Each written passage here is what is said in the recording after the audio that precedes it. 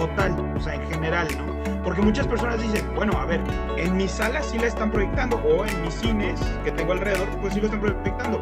Pero nos compartían el dato que solo el 8% de las salas,